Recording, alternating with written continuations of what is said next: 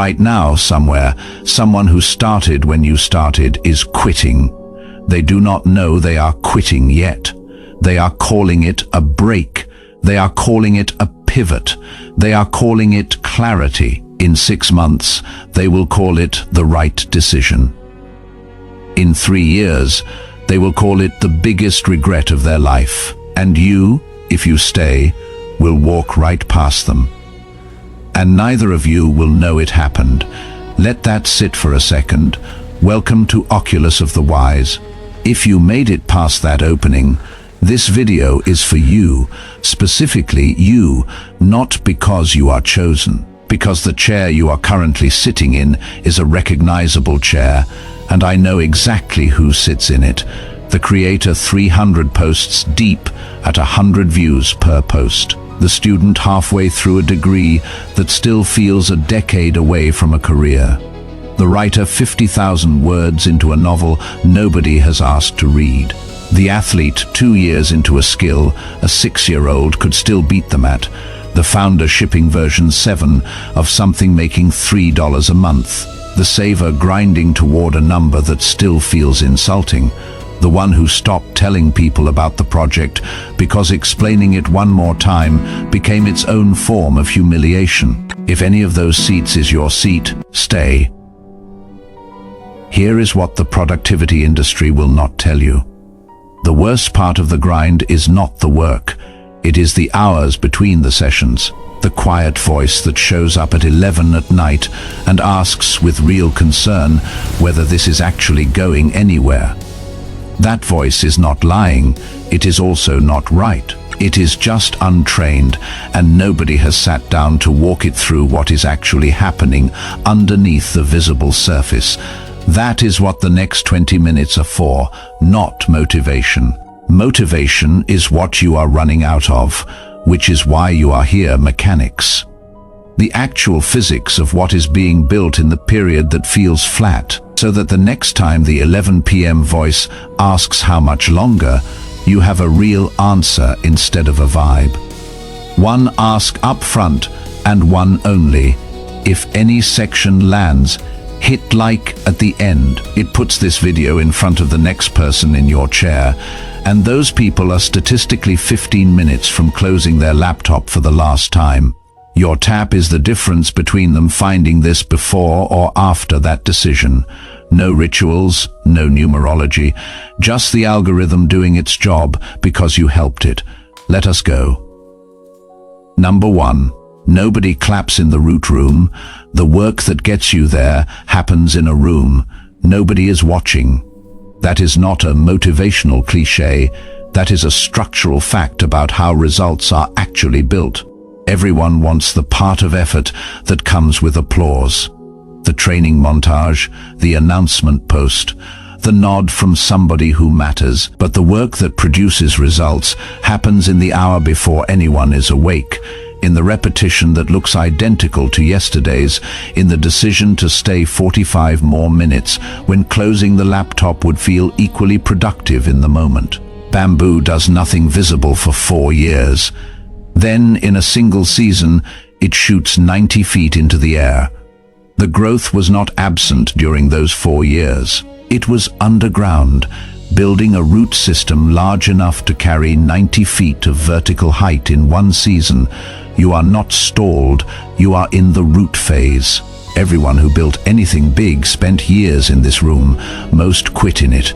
The ones who did not are now above the soil, and you assume they were always there. Stop waiting for external proof before you keep going. Do 45 minutes of the root work today before you check a single metric. Number 2. Slow is compound with bad eyesight. Your brain detects change, not trajectory. That one sentence is the reason the grind feels flat when it is actually curving upward underneath you. When you look at your own progress daily, you see nothing. When somebody who has not seen you in a year looks, they see a different person. This is not them being generous. It is math. The gap between your daily self-perception and your actual trajectory is the exact gap that makes most people quit 12 months before a breakthrough they were already approaching. Take a photograph of a growing plant every day for a year. Play the photos at normal speed. Nothing moves. Compress them into 30 seconds. A forest, same footage, different frame rate. Your frustration is a frame rate problem, not a progress problem. Pull up something you made a year ago, a file, a draft, a photo. Put it next to what you made this week. That gap is real. Your eyes were just too close to see it. Number 3. Talent is the lie that costs you years. The idea that other people succeeded because they were naturally gifted is the most expensive belief you can carry. Every month you carry it, you pay in quit dates. Talent exists. It accounts for far less than the story about talent wants you to believe. What actually separates the person who produced something from the person who did not is almost always boring. They kept a consistent schedule. They stayed in contact with the work on bad days. They got embarrassed early and did not let the embarrassment stop them. They asked for feedback and actually incorporated it, which almost nobody does. 2 people start guitar on the same day. One practices 20 minutes every day for a year. The other practices 3 hours every Saturday for a year. At the end of that year, the first is noticeably better, and it is not close. Daily contact rewires the brain in ways weekend binges cannot reach. The talented musician you admire is almost always the one who never broke contact. Shrink your minimum daily dose to something you will not skip on the worst day of your week. 10 minutes beats 0, and it protects the streak that does all the work. Number 4. The race thinned out without you noticing. Most of the people you are comparing yourself to quit months ago. You just cannot see the quit from outside. The feed shows you the output of people still producing. It hides the ones who started when you did and stopped. It hides the successful person's deleted drafts, their 3 failed startups, their 2 years of being ignored before anyone cared. The timeline you are watching is survivorship, bias optimized for scroll speed. Your real competition is not the top 5% you are studying. It is you. 18 months from now, if you keep showing up, a marathon where half the runners drop out in the first 3 miles works like this. If you are still running at mile 10, your rank just went up dramatically and you did not speed up. Persistence alone is a competitive advantage because the field thins faster than anyone admits out loud. Unfollow 3 accounts that make you feel behind without making you better. Replace them with one that teaches a specific skill you actually use. Number 5. The desert is a section, not a signal. Every long project has a middle where the excitement of starting has worn off and the satisfaction of finishing has not arrived. That middle is not a warning. It is the shape of every long project, including the ones that finished beautifully. This is where most quits happen. Novelty gone. Metrics flat. Feedback thin. Your mind starts inventing reasons you should pivot.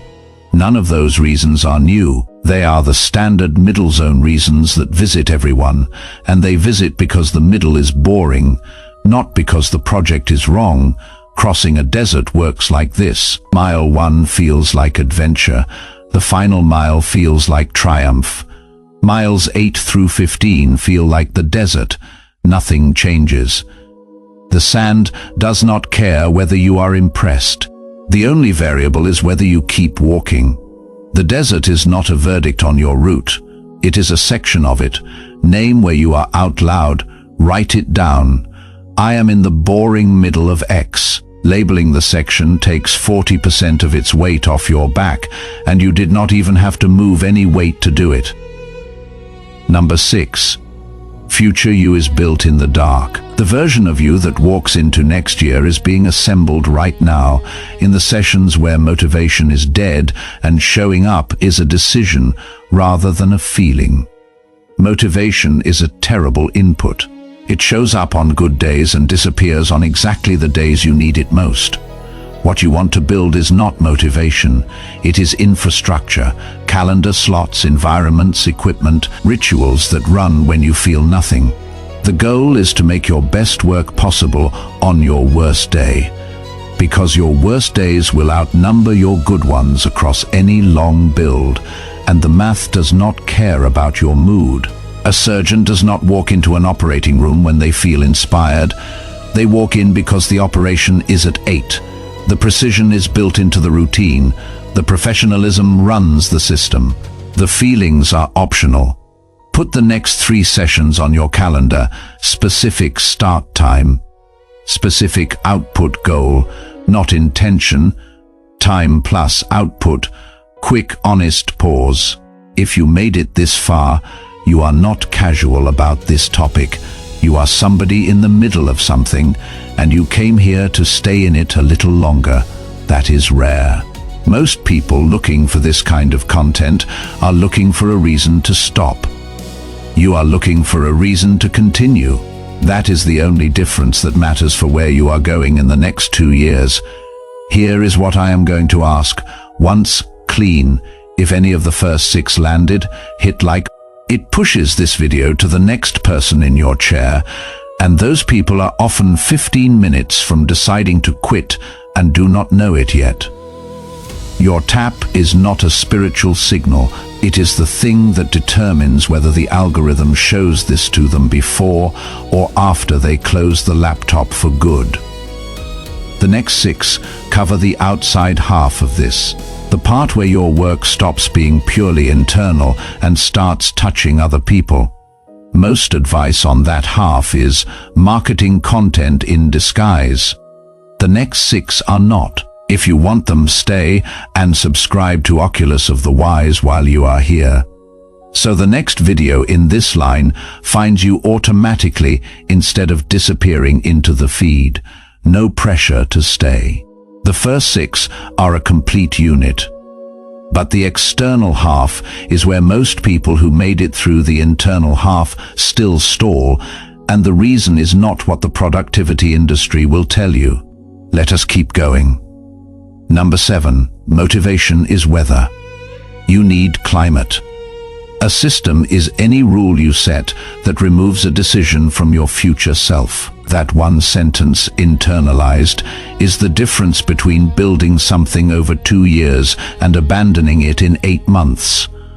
I write every morning before email is a system. I will write when I feel like it is a wish. The reason productive people look disciplined is almost never willpower. It is that they removed the negotiation. They do not debate whether to run on Tuesday. They run on Tuesdays. The decision was settled once in advance, and their future self just shows up to execute it. A faucet gives water when you turn the knob. Every use requires attention and energy. A reservoir stores water and gravity delivers it. Systems are reservoirs. They deliver output without daily willpower, which is useful because your daily willpower is a far smaller number than you think it is. Pick one recurring decision you keep remaking about your work. Convert it into a rule. I always X on Y day at Z time.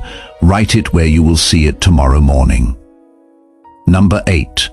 Comparison is theft you volunteered for. Comparing yourself to someone further along is one of the few forms of self-harm that disguises itself as research. Your brain tells you that studying their output is strategic. Usually it is not. Usually it is a slow, polite form of discouragement that narrows your willingness to try the next thing.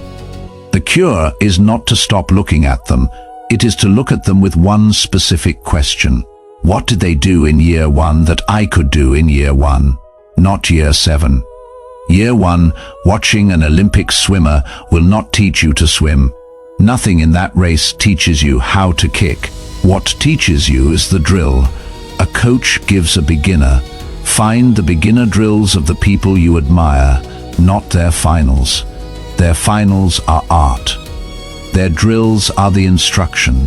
Pick one person whose work you respect. Find something they did in their first year of that work. Do a version of it this week. Number 9. The body quits before the mind does.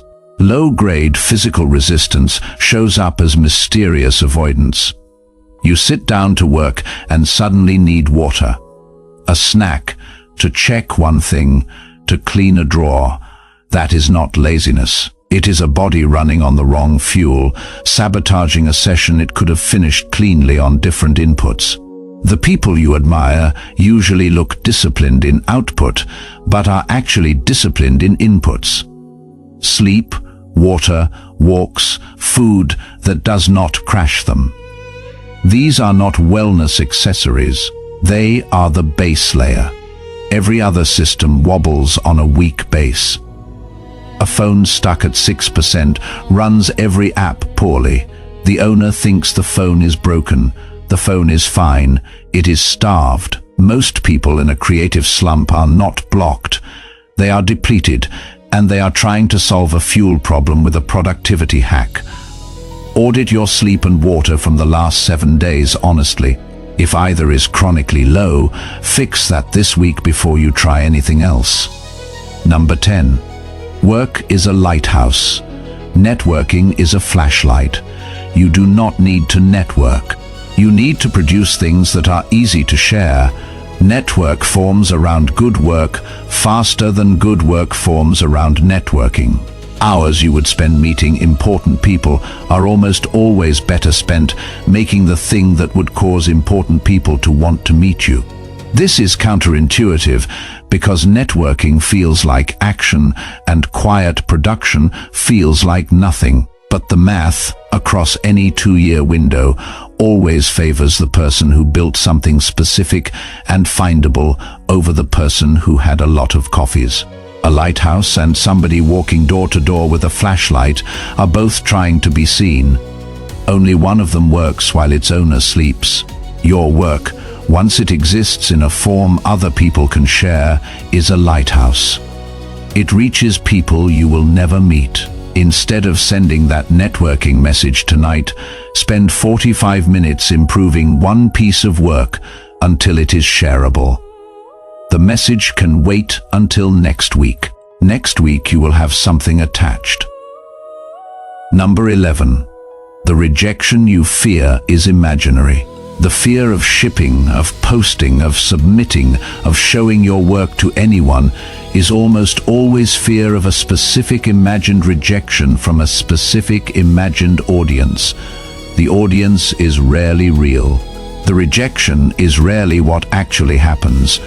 What actually happens when you release work, most of the time, is nothing loud. A few people notice.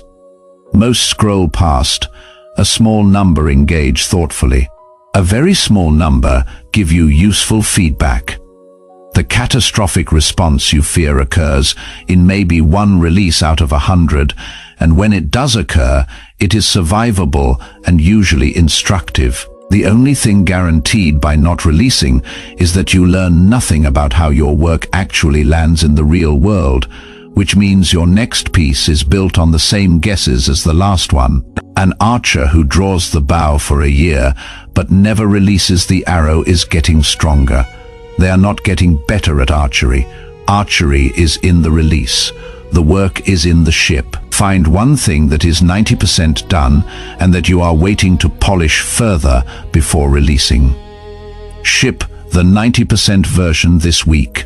Polish in public, not in private. Number 12. Future you is already on the other side. Somewhere in front of you is a version of yourself that finished what you are in the middle of. They are not more talented than you. They are not different from you. They are the result of you continuing. Right now, that version is on the other side of the desert, and they are rooting for the tired, questioning version of you that is reading this.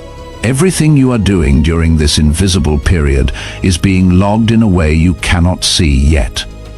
The sessions, the reps, The hard decisions nobody watched you make.